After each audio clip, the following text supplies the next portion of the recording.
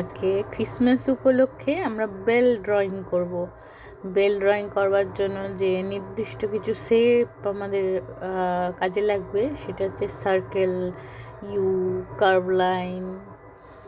তো প্রথম 3টে সার্কেল দিয়ে চেরি ড্র করে তারপরে তার পিছনে বোটাকে ড্র করতে হবে। একটার পর একটা জিনিস অবজেক্ট রয়েছে, তাই যে ফার্স্টে রয়েছে তাকে ড্র করব, দেন আস্তে আস্তে আমরা পিছন দিকে যাব। তারপরে যে লিফগুলো আছে 3টে লিফ ড্র করছি এবং একদম শেষে ইউ শেপটা লিখে বেল দুটোকে ড্র করব। যথেষ্ট বড় দুটো বেল ড্র করা হয়েছে এখানে। আর যেভাবে এই প্যাটার্নটা তৈরি করা হয়েছে খুবই সহজ পদ্ধতিতে, বেলের গায়ে একটা সুন্দর প্যাটার্নের কাপড় রয়েছে। আর এই যে দুটো লাইন আমি ড্র করলাম বেলটার নিচে, এটা কিন্তু দেখায় যে সাউন্ড, বেলটা রিং হচ্ছে। এরপর এক্সট্রা লাইন্সগুলোকে সব ইরেজ করে নেব। এরপর শুরু করব আমরা কালারিং। কালারিং করার জন্য প্রথমে আমরা ইউজ করছি ইয়েলো অকার।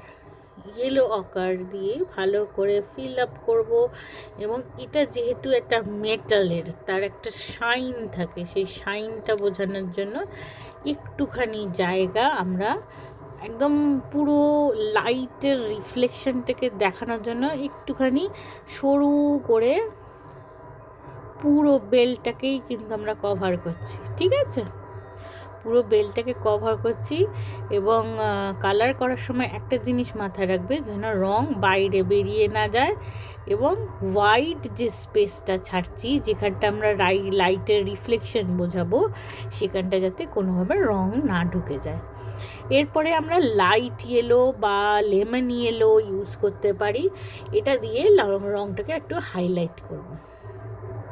যেখানটা আমাদের আলো বোঝাচ্ছি সেখানটাতেই আমরা আবার রংটাকে ঘষবো। মানে এটা যেহেতু লাইট কালার, যখন রিফ্লেকশন হয় রিফ্লেকশনের ধারে কাছে রংটাকে একটু লাইট দেখায়, সেই জন্য আমরা এই লাইট ইয়েলোটাকে ওই রিফ্লেকশনের ধারে ঘষবো। এরপরে ব্রাউন কালার নেব। ব্রাউন কালার দিয়ে কী করব? ব্রাউন কালার দিয়ে শ্যাডো তৈরি করব। লাইট আর শ্যাডো, আমরা যে কোনো ছবি আঁকি, প্রত্যেকটা ছবির ক্ষেত্রে কিন্তু এই লাইট অ্যান্ড শ্যাডো মাস্ট, এটাকে ভুলে গেলে চলবে না। তারপরে আমরা নেক্সট স্টেপে যাব। শ্যাডো যেই হয়ে গেল, কালার কি করে ব্লেন্ড করছি। ব্লেন্ড করছে একটা ছোট্ট কাগজের টুকরো দিয়ে। এটা তোমার টিস্যু পেপার হলে ভালো হয়, এছাড়া নর্মাল পেপার হলেও চলবে। এরপরে রেড কালার নিয়ে নিয়েছি। রেড মানে যেটা পিওর রেড। রেডেরও আবার নানা রকমের ভেরিয়েশন থাকে, carmine, scarlet, deep red, maroon. তো এই সমস্ত রঙের মধ্যে যেটা পিওর রেড, সেই রেডটা আমরা এখানে ইউজ করব এবং হাইলাইটের জন্য ইউজ করব অরেঞ্জ অ্যান্ড মেরুন। ঠিক আছে, অরেঞ্জ অ্যান্ড মেরুন দিয়ে হাইলাইটটা, এই যে অরেঞ্জ দিয়ে যেখানটা লাইট পড়ছে সেই জায়গাগুলোতে অরেঞ্জ, আর আদার্স যেখানটা শ্যাডো পড়বে সেখানটা হবে মেরুন। এইভাবে সুন্দরভাবে কালার হয়ে গেল cherry and the ribbon complete হয়ে গেল। এরপরে পালা হচ্ছে গিয়ে আমাদের লিফ। লিফের পরে প্যাটার্নটা রং করব। দুই সাইডে যে ট্রায়াঙ্গেলগুলো আছে, ট্রায়াঙ্গেলগুলো green and the middle part of the ribbon is red. আবার ওই পিওর রেডটা দিয়েই করব এবং মাঝখানে একটুখানি হালকা করে অরেঞ্জ ঘষে দেবো, লাইটটাকে একটু ব্রাইট করার জন্য। অরেঞ্জ সবসময় কালারকে ব্রাইটেন করবে, তো একটুখানি অরেঞ্জ আবার করে ঘষে দিলাম যাতে রেডটাকে একটু ব্রাইট লাগে।